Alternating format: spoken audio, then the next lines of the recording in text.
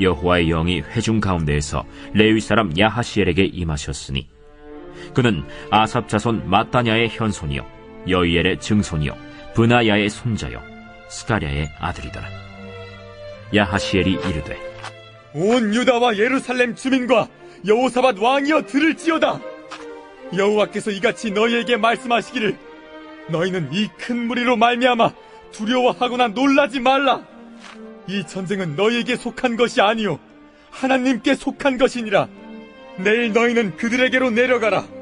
그들이 시스고개로 올라올 때 너희가 골짜기 여기 여루엘 들 앞에서 그들을 만나려니와 이 전쟁에는 너희가 싸울 것이 없나니 대열을 이루고 서서 너희와 함께한 여호와가 구원하는 것을 보라.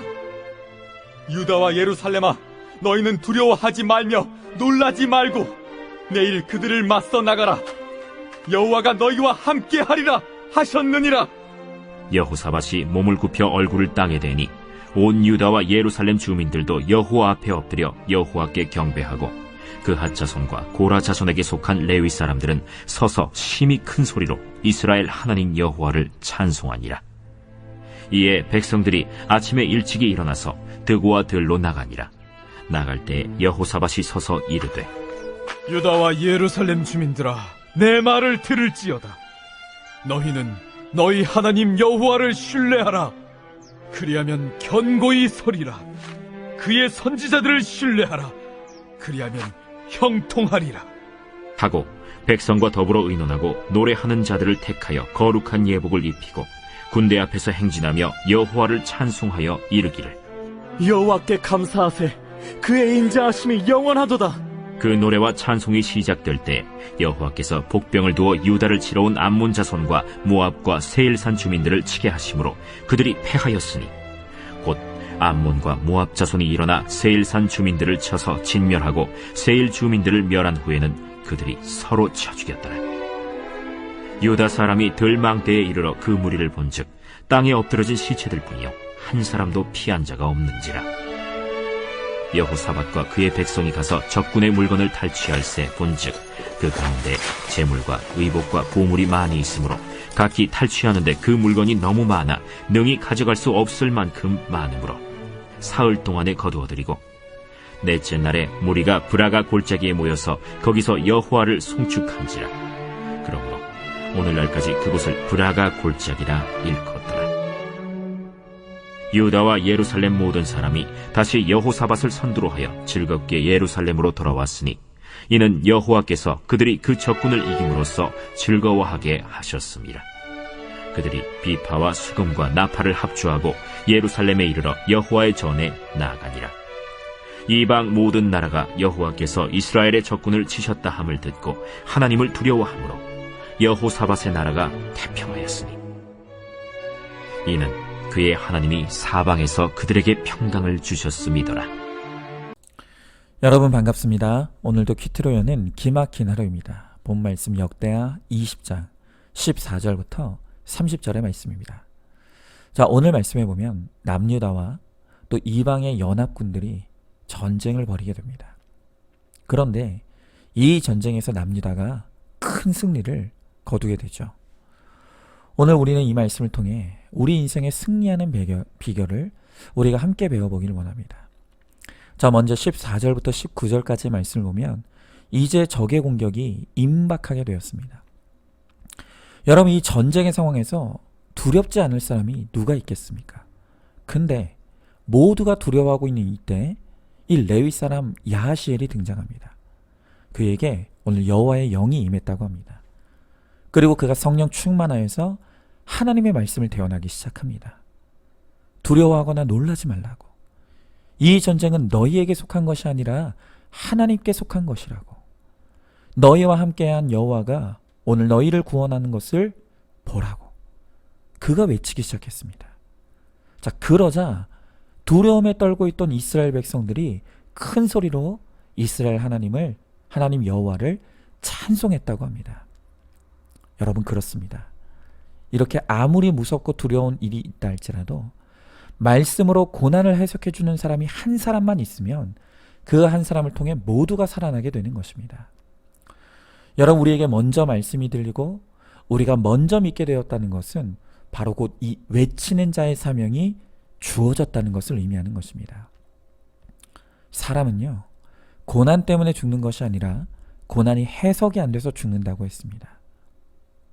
말씀이 없는 사람은 외도와 이혼, 부도와 실직, 또 질병의 고난이 왔을 때 이것이 내 인생이 망하고 끝나는 사건이라고 생각할 수밖에 없습니다. 그래서 더 이상 소망이 없다고 느끼는 사람들이 자살을 선택하게 되는 것입니다. 여러분, 이렇게 소망이 없다고 느껴 자살을 하기를 원하는 사람들에게 필요한 것이 바로 이 외치는 자의 사명을 감당해 줄 그 한 사람인 것입니다. 하나님께서 먼저 우리에게 이 구속사의 말씀을 듣게 하시고 이 말씀이 들리게 하신 것은 이렇게 고난이 해석되지 않아 죽어가는 사람들에게 복음을 외치는 사명을 감당하라고 주신 은혜인 것입니다. 이 고난이 결코 죽을 사건이 아니라고, 이 고난을 통해 하나님께서 당신을 부르고 계신다고, 내 죄를 회개하고 주님께 돌이키면 주님께서 당신을 반드시 구원해 주실 것이라고 우리가 그렇게 외쳐야 되는 것입니다. 여러분, 지금 내게 그런 간증과 복음이 없어도 괜찮습니다. 오늘 소망이 없는 사람들을 말씀이 있는 공동체로 초청해서 그 말씀을 듣게 하고 다른 사람의 간증과 나눔을 듣게 하는 것만으로도 외치는 자의 사명을 충분히 감당하는 것입니다. 여러분, 지금 우리의 주변을 돌아보시기 바랍니다. 바로 지금 내 주변에 이 고난이 해석되지 않아 죽어가는 복음이 필요한 사람들이 반드시 있습니다. 우리가 결과는 하나님께 맡기고 그들에게 가서 나와 지체들의 간증과 복음을 들려주시기 바랍니다. 그리고 예수를 전하시기 바랍니다. 그러면 하나님께서 반드시 예배된 자들에게, 택한 자들을 구원하셔서 큰 승리를 이루어 주실 줄로 믿습니다. 자, 한번 질문해 봅니다. 나에게 고난 가운데 살아난 간증과 복음이 있습니까? 내 주변에 이 말씀이 없어 힘들어하고 있는 사람이 누구입니까? 그저 그들을 바라보기만 할 뿐 지금 내가 직무유기를 하고 있진 않습니까? 내가 고난을 해석해 주든지 아니면 말씀이 있는 공동체로 초청해서 외치는 자의 사명을 감당하시기 바랍니다. 자, 다음으로 20절 말씀에 보면 여호사밧이 이 전쟁에 이기기 위해 두 가지를 반드시 신뢰해야 된다고 외치고 있습니다. 여러분, 이 전쟁에서 이기기 위해 반드시 신뢰해야 될 그 두 가지가 무엇입니까? 첫 번째는 하나님 여호와를 신뢰해야 된다는 것입니다. 그리고 두 번째로는 그의 하나님의 선지자들을 신뢰해야 한다는 것입니다. 그러면 견고히 서게 되고 형통하게 되리라고 오늘 여호사밧이 외치고 있습니다.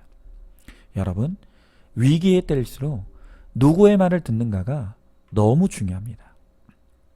특별히 성경은 선지자들 가운데서도 참 선지자가 있지만 가짜 선지자도 있다는 것을 분명하게 가르치죠.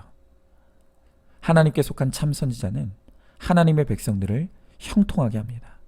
그러나 거짓 선지자는 사람들을 멸망과 죽음으로 인도합니다. 여러분, 지난 역대하 18장이었죠. 여호사밧이 아합과 손을 잡고 정복전쟁을 벌이죠. 그래도 믿음이 있었던 여호사밧이 이 전쟁을 치르기 전에 선지자들에게 묻자고 제안합니다. 자, 그러자 아합이 북이스라엘의 선지자들을 불러 모았는데 놀라운 것은 그 북이스라엘의 선지자가 무려 400명이었다는 것입니다. 자, 그들에게 예언을 청하니 그들이 하나같이 이 전쟁에서 승리하리라고 하는 길한 예언을 쏟아냈습니다. 자, 그런데 중요한 사실이 무엇입니까? 이 북이스라엘의 400명의 선지자들은 모두 다 가짜였다는 것입니다. 그냥 돈을 주고 직을 샀던 가짜 선지자들이었던 것입니다. 그 가짜 선지자들의 예언을 듣고 전쟁터에 나갔다가 여호사밧은 거의 죽을 뻔하였고 아합은 끝내 전사하고 말았습니다. 여러분, 이렇게 가짜 선지자의 가짜 예언은 사람을 죽음과 멸망으로 인도해 갑니다. 자, 그런데 문제가 무엇입니까? 이것이 결코 여호사밧 시대만의 문제가 아니라는 것입니다.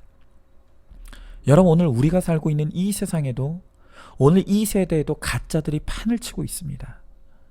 그들이 전하는 가짜 복음, 또 가짜 예언들로 인해서 얼마나 많은 사람들이 황폐해지고 파괴되고 있습니까? 여러분, 한 예로 1992년도였습니다.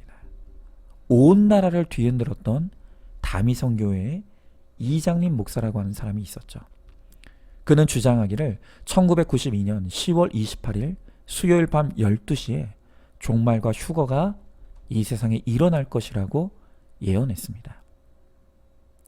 여러분, 놀라운 사실이 무엇인지 아십니까? 당시 이 시한부 종말론을 믿고 받아들인 교회가 무려 전국에 166개 교회였다고 합니다. 그리고 거기에 소속된 교인 수는 헤아릴 수 없을 만큼 많았습니다. 그들은 휴거를 믿지 않은 가족들과 의연히 절연했고 생업을 포기하고 전 재산을 팔아 교회에 바친 뒤에 오직 1992년 10월 28일 12시에 자신의 모든 인생을 걸었습니다. 자, 여러분, 그런데 어떻게 되었습니까? 아무 일도 일어나지 않았습니다.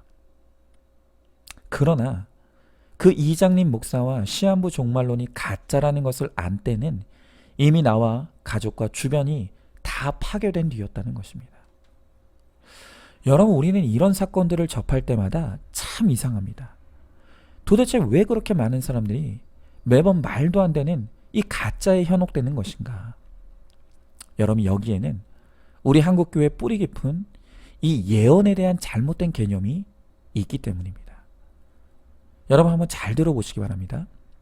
이제껏 우리 한국교회는 이 예언이라고 하는 것을 점쟁이식 예언으로 잘못 이해하고 가르쳐 왔습니다.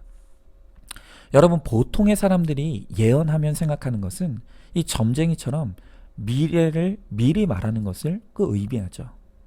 그러나 성경이 말하는 예언이라고 하는 것이 구체적으로 몇 년, 몇 월, 며칠, 몇 시에 이렇게 전쟁이 터지거나 종말이 임할 것이라는 소위 점쟁이식 예언일까요?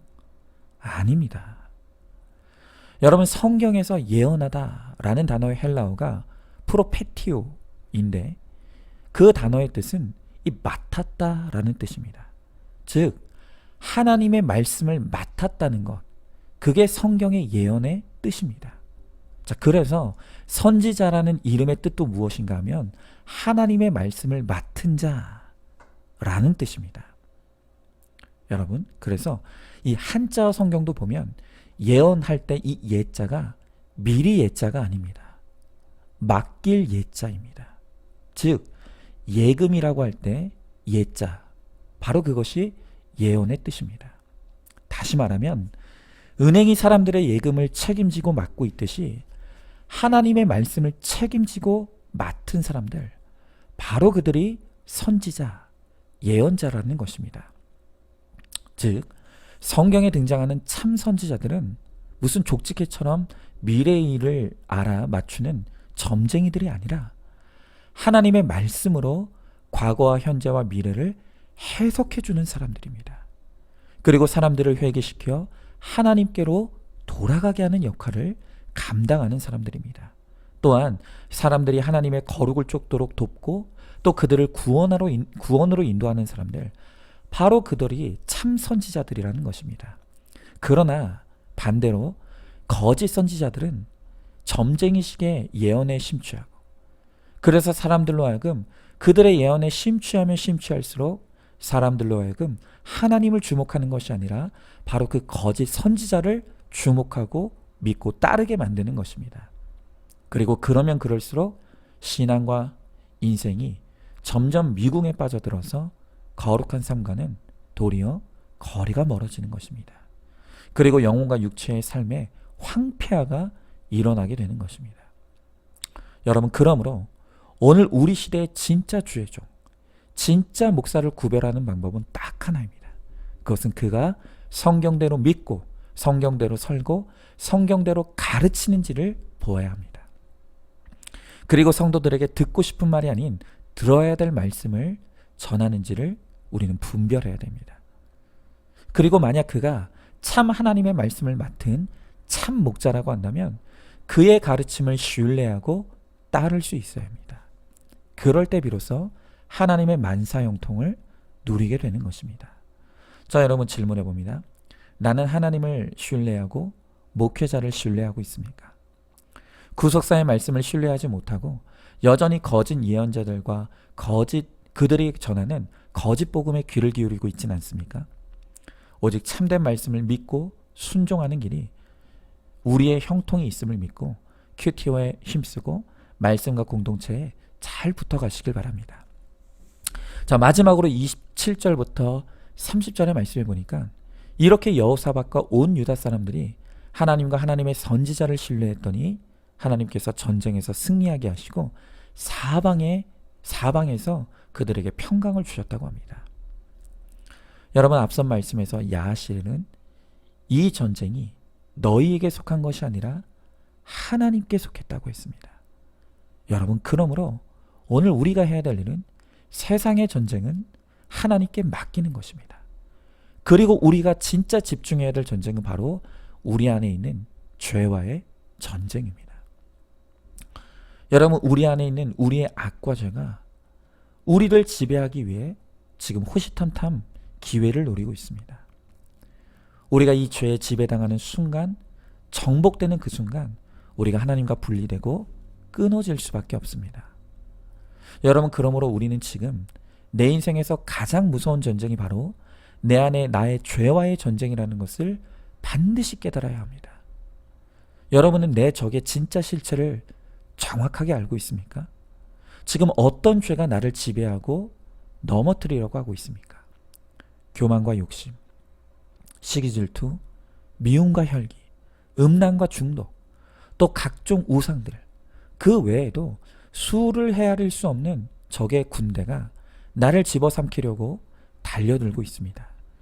여러분, 설령 오늘 내가 그 죄와 싸워 이겼다고 해도 그 죄가 내일 다시 살아나 나에게 달려듭니다. 그래서 이 죄와의 전쟁은 죽을 때까지 끝이 없는 것입니다. 바로 이 내 안에 죄와의 전쟁이 가장 무서운 전쟁이고 우리의 힘으로는 절대로 이길 수 없는 전쟁입니다.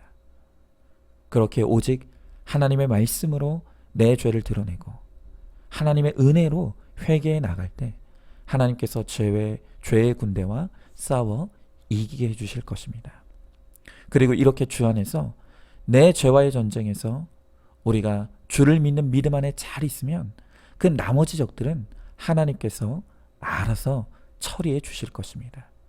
그러므로 오늘도 말씀으로 내 죄의 실체를 깨닫고 회개하여 물리침으로 사방에서 평강을 주시는 그 하나님의 은혜를 누리는 우리 모두가 될 수 있기를 간절히 소망합니다.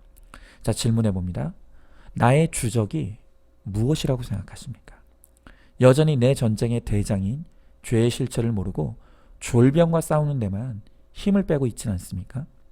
날마다 말씀의 검으로 죄의 목을 쳐서 죽임으로 사방에 평안을 주시는 하나님의 은혜를 누리시기 바랍니다. 자, 오늘도 5월 13일 보석상자입니다. 하나님께서 배필을 정해두기는 하셨지만 배필 선택은 인간의 책임에 속하는 일로 남겨두셨습니다. 하나님께서 일일이 지목해 주지 않으십니다. 아멘. 오늘도 큐티로 기막힌 하루를 살아내는 하늘가족 공동체 우리 모든 성도님 되시기를 주님의 이름으로 축복합니다.